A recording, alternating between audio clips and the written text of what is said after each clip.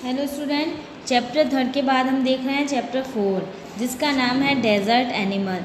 तो हम इसमें डेजर्ट में रहने वाले जानवरों के बारे में पढ़ेंगे। जो रेगिस्तान में रहने वाले जानवर होते हैं उनके बारे में पढ़ेंगे। तो चलिए शुरू करते हैं।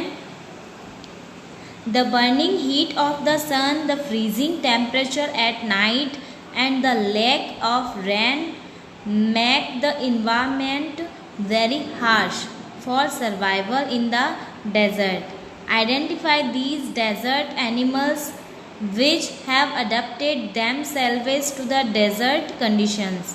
तो जो रेगिस्तान होता है वहाँ क्या होता है, एक तो धूप की इतनी गर्मी होती है, ठीक है, और रात के टाइम में वहाँ क्या होता है, फ्रीजिंग टेम्परेचर होता है, जम जाने वाला टेम्परेचर होता है, और तो और बारिश की बहुत ही ज़्यादा कमी होती है। जो क्या करते हैं, यह सब चीज़ें मिलकर वहाँ के इन्वायरमेंट को हार्श बना देते हैं। मतलब वहाँ का जो डेजर्ट जो होता है वो सर्वाइवल के लिए वहाँ का इन्वायरमेंट क्या होता है, बहुत ही हार्श हो जाता है, बहुत ही कठिन हो जाता है, वहाँ सर्वाइवल बहुत मुश्किल हो जाता है। तो हम ऐसे जानवरों को पहचानेंगे, यहाँ पर आइडेंटिफाई करेंगे जिन्होंने उस इन्वायरमेंट में अपने आप को क्या कर लिया है, सर्वाइव कर लिया है, उस इन्वायरमेंट के हिसाब से उस इन्वायरमेंट को क्या कर लिया, अडॉप्ट कर लिया है उन डेजर्ट कंडीशंस में भी। तो चलिए शुरू करते हैं। फर्स्ट देखेंगे हम डेजर्ट ड्वेलिंग एनिमल्स। तो डेजर्ट ड्वेलिंग एनिमल्स मतलब डेजर्ट में रहने वाले जानवर, ठीक है। फर्स्ट देखते हैं, first this dog is the descendant of Australia.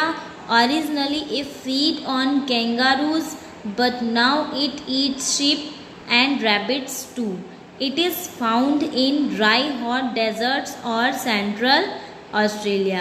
तो यहाँ एक डॉग के बारे में बता रहे हैं कि ये जो कुत्ता है वो क्या है, ऑस्ट्रेलिया का वंशज है, मतलब ऑस्ट्रेलिया से बिलोंग करता है, और ओरिजिनली ये क्या खाता है, कंगारू खाता है, लेकिन अभी के समय में इसने शिप और रैबिट भी खाना शुरू कर दिया है।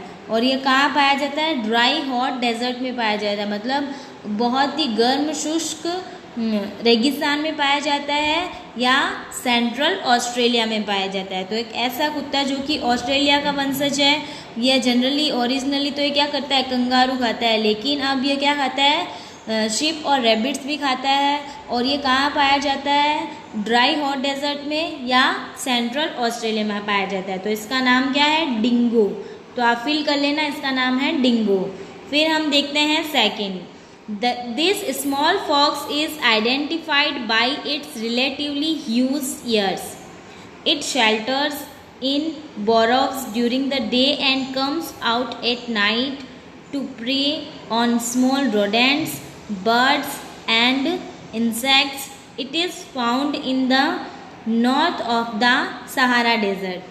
तो यहाँ बता रहा है कि ये स्मॉल फॉक्स जो है वो क्या है, कैसे जाना जाता है, इसके कान जो होते हैं ना वो बहुत बड़े होते हैं इसकी तुलना में। तो ये जो छोटा सा फॉक्स होता है वो कैसे पहचाना जाता है, इसके कान जो होते हैं इसकी बॉडी की तुलना में थोड़े बड़े होते हैं। और ये क्या होता है, इसका शेल्टर क्या है, बोरोज मतलब बिल, ये बिल में रहना पसंद करता है। कि दिन के समय तो ये क्या करता है, बिल में छुपा हुआ रहता है, और रात के समय ये बाहर आता है, और जो स्मॉल जानवर होते हैं, बर्ड्स होते हैं, इंसेक्ट होते हैं, उनको क्या करता है, अपना शिकार बनाता है, ठीक है। तो इसका नाम क्या है, फेनेक फॉक्स। तो आप फील कर लो इसमें भी, फेनेक फॉक्स। फिर हम देखते हैं third, also known as desert rats, gerbils are found in the dry and sandy areas of Africa. They lives in large groups in some sandy areas of Africa. They live in large group in some countries. They are popular and household pets. तो इसको क्या है, desert rate के नाम से भी जाना जाता है। और गर्बिल्स किसको कहते हैं, जो स्मॉल जानवर होते हैं, छोटे जानवर होते हैं, फरी जानवर होते हैं, और जिनको हम पेट बनाकर भी रख सकते हैं। तो ऐसे जानवर जो छोटे होते हैं, फरी होते हैं, और जिनको पेट बना के भी रखा जा सकता है, वो क्या होते हैं, गर्बिल्स होते हैं। तो ये कह रहा है कि इसको डेजर्ट रेट के नाम से भी जाना जाता है, और ये जानवर जो है वो अफ्रीका के ड्राई और सैंडी एरिया में पाया जाता है, मतलब अफ्रीका का सूखा और रेतीला स्थान जहाँ होता है वहाँ पाया जाता है। और ये क्या होते हैं, ग्रुप में रहना पसंद करते हैं।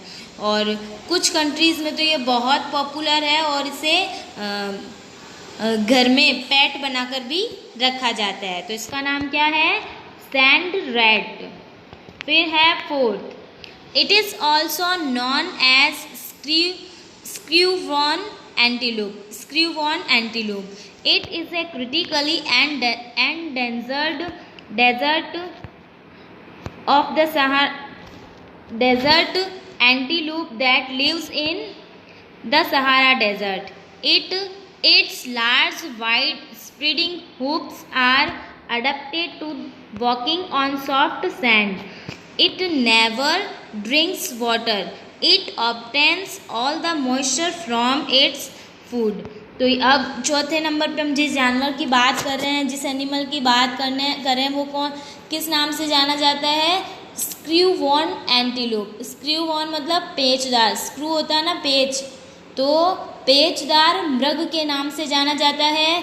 और ये क्या है, अभी खतरे में है। यह जो मृग है, यह जो हिरन है मृग, ये क्या है, अभी खतरे में है। और ये कहाँ रहता है, सहारा डेजर्ट में रहता है। और इसके जो बहुत ही वाइड स्प्रेडिंग हूफ्स, मतलब बहुत ही चौड़े जो खुर हैं, वो किस लिए अडॉप्ट हुए हैं, वहाँ की सॉफ्ट रेत में आराम से चल सकता है ये इसलिए। और ये क्या है, पानी बिल्कुल नहीं पीता है, ये पानी बिल्कुल भी नहीं पीता है।